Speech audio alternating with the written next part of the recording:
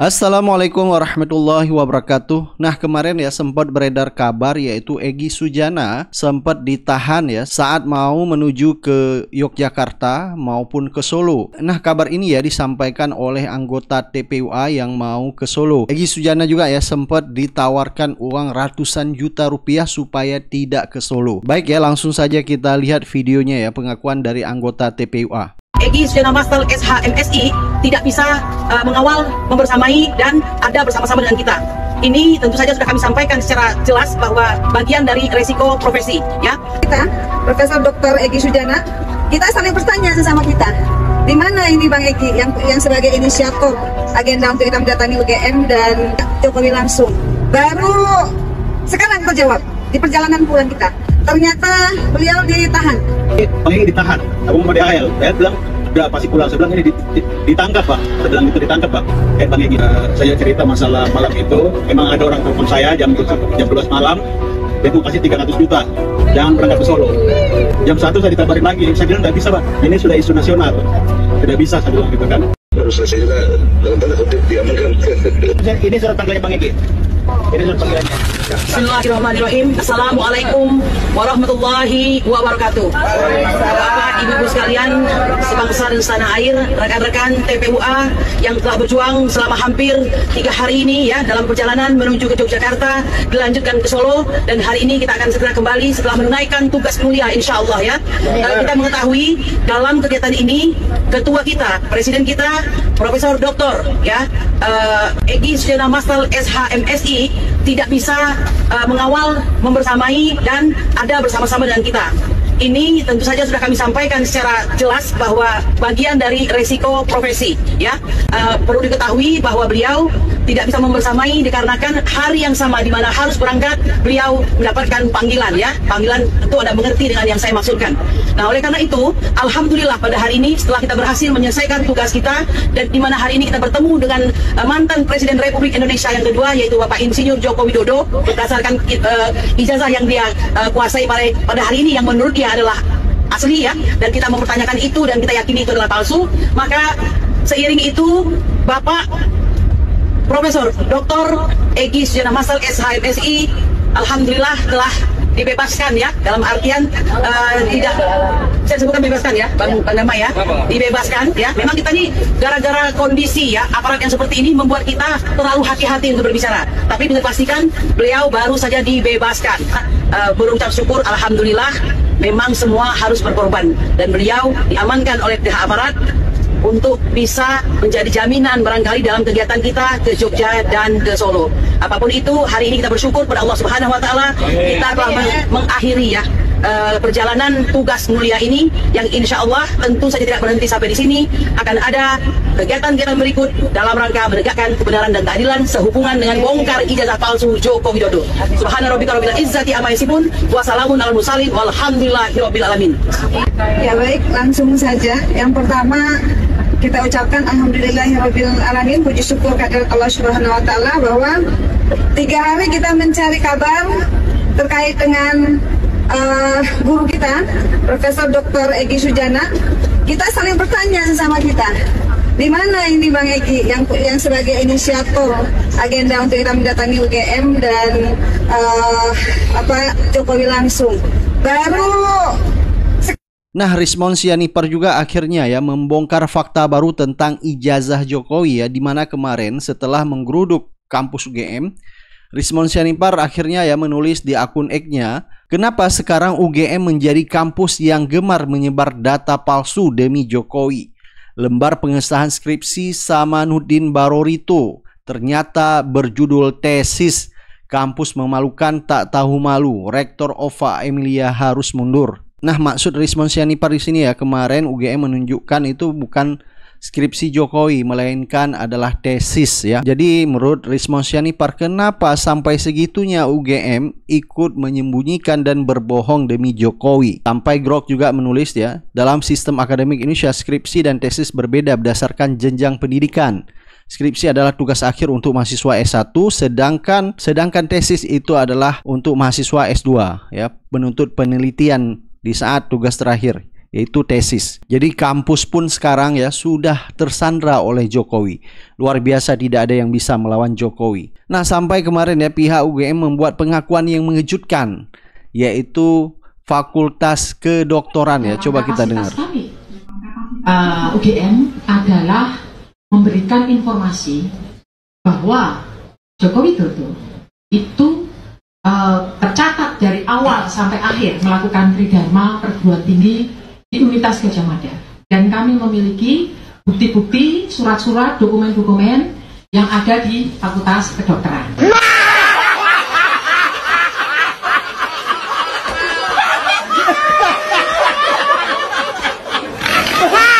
Nah, kalau kita baca ya komentar dari netizen ya. Bang Sianipar, jangan-jangan UGM terlibat nepotisme kepentingan pemangku kekuasaan politik. Kok bisa kampus menjadi penunggang penguasa politik tertentu? Padahal di 98 itu kampus melakukan reformasi menumbangkan Orde Baru. Ada komentar dari Wujil, UGM menjadi salah satu tempat pencucian kebohongan dan pengembangbiakan kebodohan. Integritas sistem pendidikan disuntik mati perlahan-lahan oleh Jokowi dan para anteknya. Ada komentar dari Wan Medan, yang kita hadapi bukan sembarang orang, dia mantan presiden dengan banyak channel dari atas sampai ke bawah.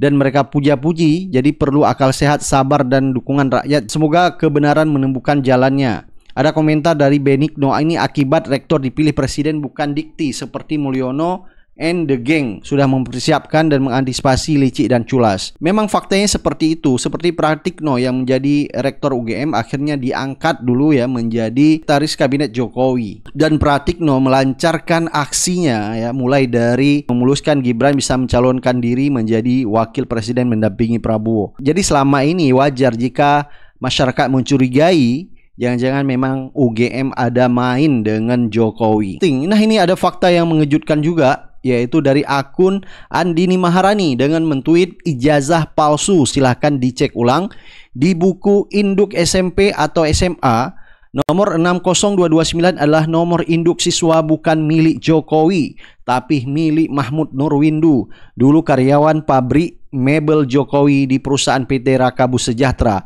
yang sekarang Mahmud Nurwindu menjabat sebagai komisaris Petrokimia Gresik. Nah, ini akhirnya ya sedikit demi sedikit fakta terbaru terungkap, ternyata yaitu nomor 60229 di buku induk SMP maupun SMA ternyata bukan atas nama Jokowi melainkan atas nama karyawannya yang bernama Mahmud Nurwindu yang sekarang menjabat sebagai komisaris Petrokimia Gresik. Sekarang ketahuan kenapa Jokowi ngotot sekali tidak mau memperlihatkan ijazahnya.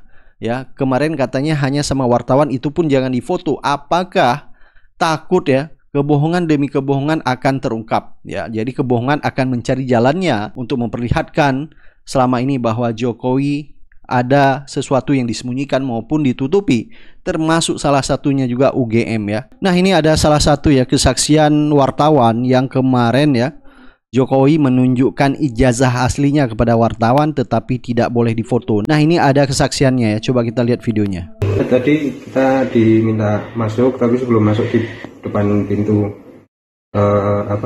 gerbang itu kita ngumpulin kamera sama HP dulu, terus ngobrol sebentar, nggak sampai 5 menit. Terus ajudannya Pak Jokowi keluar bawa map 2 ya. Terus di situ ada yang satu isinya ijazah Pak Jokowi dari SD sampai SMA. Kemudian ada satu lagi yang warna hitam sama ada foil logo GM tuh warna emas gitu. Nah, di situ isinya ijazah S1-nya Pak Jokowi dari Fakultas Kehutanan. Kalau yang untuk ijazah Fakultas Kehutanan itu apakah sama yang beredar dengan di media sosial itu, Mas? Kalau secara pastinya kita nggak tahu ya, cuma secara visual ya memang sangat mirip. Tapi apakah itu foto yang beredar itu ijazah yang sama ya kita nggak bisa pastikan. Di ijazah itu juga Pak Jokowi masih mengenakan kacamata atau gimana? Masih pakai kacamata. Tadi juga kita sempat tanyakan, terus ya beliau juga cerita karena minusnya sedikit pecah akhirnya terus udah. Nah, ternyata ya menurut wartawan yang melihat ijazah Jokowi Jadi fotonya itu ya mirip ya. Jadi ada kacamatanya seperti yang beredar di sosial media. Nah, menurut pengakuan Jokowi, kenapa Jokowi sekarang tidak pakai kacamata? Karena waktu itu dulu ya dia tidak sanggup membeli kacamata. Akhirnya tidak pakai kacamata lagi. Ini pengakuan yang benar-benar konyol ya. Bohongnya itu ketahuan banget. Jadi karena sudah bohong, akhirnya berbohong lagi untuk menutupi kebohongan yang kemarin ya. Masa jawaban Jokowi seperti itu? Kenapa sekarang nggak pakai kacamata? Kenapa dulu pakai kacamata? Kenapa di ijazah ada foto pakai kacamata? Jadi menurut Jokowi, jadi dulu Jokowi tidak sanggup lagi beli kacamata gara-gara pecah. Dipikir orang Indonesia bodoh semua apa ya. Nah, ini sempat beredar juga di sosial media, yaitu Sylvester, penjilat Jokowi. Kemarin di depan rumah Jokowi sudah main intimidasi kepada pendemo anti Jokowi. Menurut netizen di sosial media bahwa Sylvester sudah berani mengintimidasi yang melakukan aksi demonstrasi di depan rumah Jokowi. Ya, kita tahu bahwa Sylvester ini adalah penjilat ulung Jokowi ya. Coba kita lihat videonya.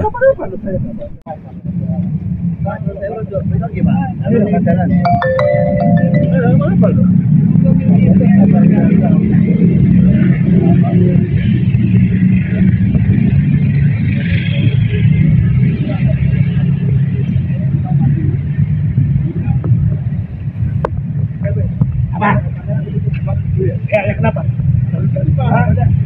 Banyak media, Pak. Partai tanda media.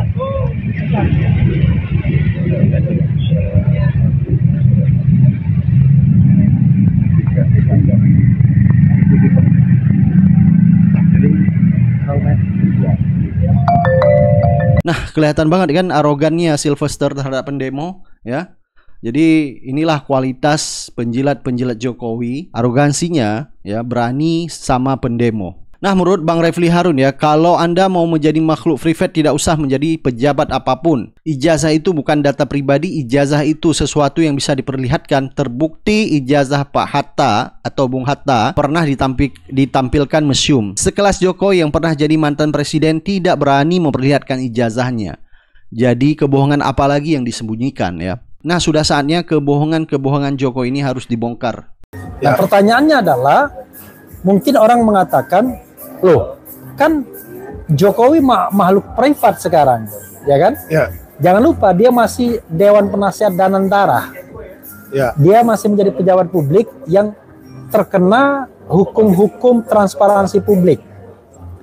Jadi kalau Anda mau menjadi makhluk privat, ya Anda tidak usah menjabat apapun. Yep. Tapi jangan lupa, ini yang dimasalahkan adalah ijazah ketika Anda mendaftar sebagai pejabat publik. Jadi tetap kena. Sebagai contoh misalnya gugatan M. Taufik, itu kan dia mempermasalahkan itu mulai dari ijazah SMA sampai ijazah sarjana. Maka kemudian yang tergugatnya itu adalah tidak hanya Pak Jokowi, tapi juga KPU Kota Surakarta atau Solo. Ya. Kemudian SMA 6 dan terakhir UGM. Nah, itu menunjukkan bahwa yang dibidik adalah sebuah situasi ketika Pak Jokowi mau menjabat atau menjabat pejabat publik. Ya. Karena itu dia tidak lagi bisa menghindar sebagai makhluk privat yang mengatakan bahwa ini adalah data pribadi saya. Karena menurut saya ijazah itu bukan data pribadi. Ijazah itu sesuatu yang bisa ditampilkan, diperlihatkan. Toh terbukti ijazah Hatta itu malah ditampilkan di museum Leiden, di Leiden sana yang museum gedung Hatta itu. Jadi tidak ada alasan toh di dalam ijazah itu tidak ada informasi yang aneh-aneh. Informasi yang bisa didapatkan dengan mudah di era media sosial ini kan cuma ada dari universitas mana, fakultas mana, kemudian paling juga lahir tanggal berapa, kalau nggak salah ada tanggal lahirnya, kemudian lulus tanggal berapa, kemudian ada fotonya. That's all. Nggak ada yang aneh-aneh. Mungkin yang agak private itu paling ya transkrip nilai lah ya, nggak. Tapi kan tidak ada. Kan ya, itu pun nggak ada gitu.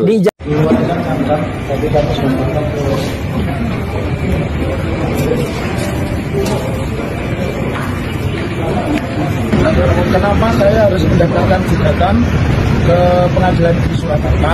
Di dalam hukum itu kita bicara namanya locus delicti dan tempus delicti. Pertama-tama Pak Jokowi mendaftar sebagai wali kota itu dimulai dari kota Surakarta, otomatis saya mengajukan gugatannya di Pengadilan Negeri Surakarta. Lalu pertanyaan yang kedua, apa yang saya gugat? Bukan kan harus tahu. Yang saya gugat yang pertama adalah Pak Jokowi sendiri, karena dari tim kami menemukan satu fakta, Pak Jokowi itu ijazah SMA-nya ada yang mengatakan dari 8 UGM itu SMA 6 UGM itu pasti tidak.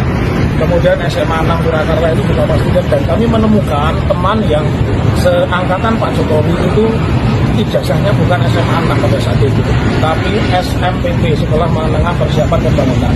Nah, otomatis yang tergugat satu adalah Pak Jokowi, tergugat dua itu adalah SMA 6 Surakarta. KPU Komisi Pemilihan Umum. Kenapa harus KPU? Karena KPU harus memverifikasi data. Kelemahan utama KPU, dia hanya mendasarkan pada yang namanya fotokopi yang dilegalisir. Ya. Kemudian yang ketiga berikutnya yang kita gugat adalah SMA 6. Sepanjang kebetulan tahun 80 saya masih SMP dan saya masih ingat SMA 6 itu berdirinya itu tahun 86. Artinya kalau orang lulus di bawah tahun 86 lagi ijazahnya adalah Sekolah Menengah Persiapan Pembangunan, tidak mungkin SMA 6 karena sampai tahun 86 itu SMA negerinya itu masih 5. Kemudian yang keempat, kenapa kita harus mengajukan gugatan itu kepada Polres Gajah Mada? Universitas Gajah Mada ini kan membuat sebuah kenaifan. Dari sejak saya sekolah SD sampai SMA, sampai kuliah dan S3, ijazah itu bukti seseorang pernah sekolah, bukti seseorang pernah kuliah, bukti seseorang menyelesaikan sekolahnya. Jadi tidak mungkin ijazah itu ditahan atau diarsipkan di sekolah. Itu yang pertama. Yang kedua, ijazah itu hanya satu. Kalau kemudian ijazahnya hilang, diterbitkanlah namanya SKPI, Surat Keterangan Pengganti Ijazah. Jadi sampai kiamat subro atau kiamat kubro tidak pernah mungkin ada namanya ijazah itu juga. Ya. Lalu yang menjadi pertanyaan, kalau dari data yang kami punya bahwa SMA-nya saja tidak beres, mungkin tidak insinyurnya beres. Ya tentu tidak beres. Ada giumnya kan, yang namanya aturan itu mutatis mutandis. Kalau saya mendaftarkan sebagai alumni UGM, berarti saya itu harus memiliki ijazah SMA. Lah kalau SMA saja tidak jelas, apa mungkin dia lulus? Ya, oleh karenanya yang penjelasan yang terakhir, kenapa saya mendaftarkan di Surakarta? Hukum acara perdata itu mensyaratkan gugatan itu disampaikan di alamat tergugat yang terdekat.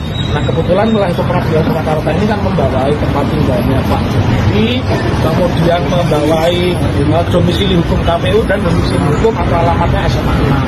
Kalau UGM di Jogja kita tarik ke sini. Jadi gugatan ini berbeda. Terus kalau nanti ada yang mengatakan bis et idem, artinya gugatan ini pernah diputus oleh Pengadilan Jakarta Pusat dan ditolak dengan alasan kalah atau menang, saya ingin tanya pengacara manapun tunjukkan putusan pengadilan yang berbunyi gugatan itu menang, gugatan itu kalah.